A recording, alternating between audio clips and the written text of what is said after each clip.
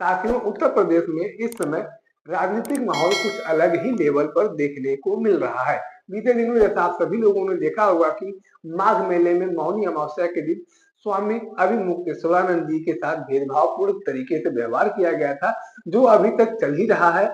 और यह विवाद इतना बढ़ा कि तमाम राजनीतिक पार्टियों के द्वारा भी भारतीय जनता पार्टी का और प्रशासन का पुरजोर विरोध किया गया। साथ ही साथ आपको बता दें कि अब यूजीसी एक्ट को लेकर कहीं न कहीं भारतीय जनता पार्टी घिरती हुई नजर आ रही है। बताया जा रहा है कि यूजीसी एक्ट में जिस तरीके से भेदभावपूर्ण रवैया अपनाया गया है, उससे कहीं न कहीं स्वर्ण समाज जो है वह नाराज चल रहा है और इससे कहीं न कहीं भारतीय जनता पार्टी घिरती हुई नजर आ रही है। लोगों का कहना है कि अगर किसी व्यक्ति के द्वारा हमारे ऊपर गलत या फिर पर्सनली दुश्मनी निकालने के लिए आरोप लगा दिया जाता है, तो हमारे बच्चों को तो गिरफ्तार कर लिया जाएगा।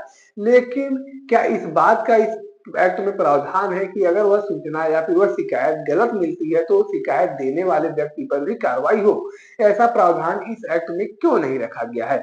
सबसे अहम मांग सवर्ण समाज की ओर से यही की जा रही है कि अगर हमारे ऊपर किसी प्रकार का आरोप लग रहा है, चाहे वह गलत हो या फिर सही हो, हमें तो गिरफ्तार कर लिया जाएगा। लेकिन अगर यह आरोप गलत साबित होता है तो क्या उस व्यक्ति को भी गिरफ्तार किया जाएगा जिसके द्वारा यह आरोप लगाया गया था? ये तमाम मामले जो है इस समय उत्तर प्रदेश में चल रहे हैं। कभी यूजीसी एक्ट का मामला चल रहा है, कभी मणिकर्णिका घाट पर ध्वस्तीकरण का मामला चल रहा है, तो कभी माघ मेले में स्वामी अभिमुक्तेश्वरानंद जी के साथ हुई दुर्व्यवहार की घटनाओं को लेकर लगातार भारतीय जनता पार्टी को विरोध का सामना करना पड़ रहा है। और इन तमाम बातों को लेकर बरेली के एसडीएम अलंकार अग्निहोत्री के द्वारा इस्तीफे की पेशकश की गई। बताया जा रहा है कि उन्होंने इस पूरे प्रकरण से आहत होकर इस्तीफा दे दिया है।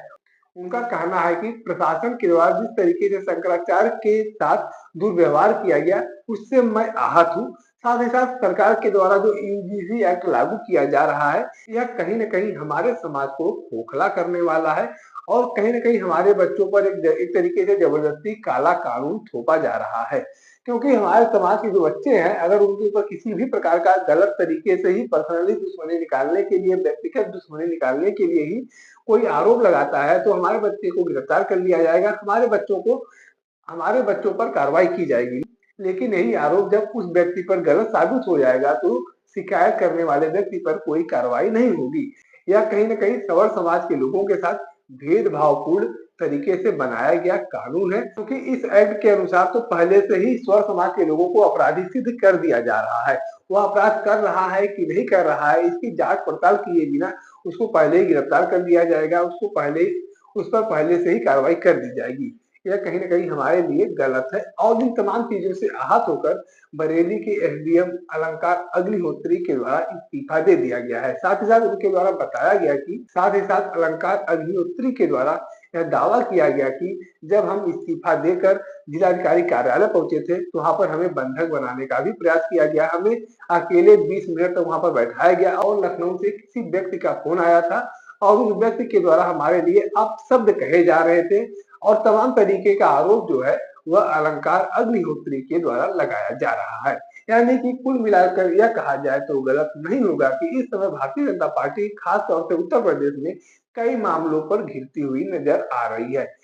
पहले स्वामी अभिमुक्तेश्वरानंद जी के साथ हुए दुर्व्यवहार को लेकर लगातार भारतीय जनता पार्टी घिरती हुई नजर आ रही थी। एक मामला ये चल रहा था, उसके बाद मणिकर्णिका घाट को लेकर मामला उठा और दावा किया गया कि मणिकर्णिका घाट पर मूर्तियों को, मंदिरों को तोड़ा जा रहा है, ध्वस्तीकरण किया जा रहा है। विकास के नाम पर सांस्कृतिक पुरातन धरोहर को जो है वह नष्ट किया जा रहा है।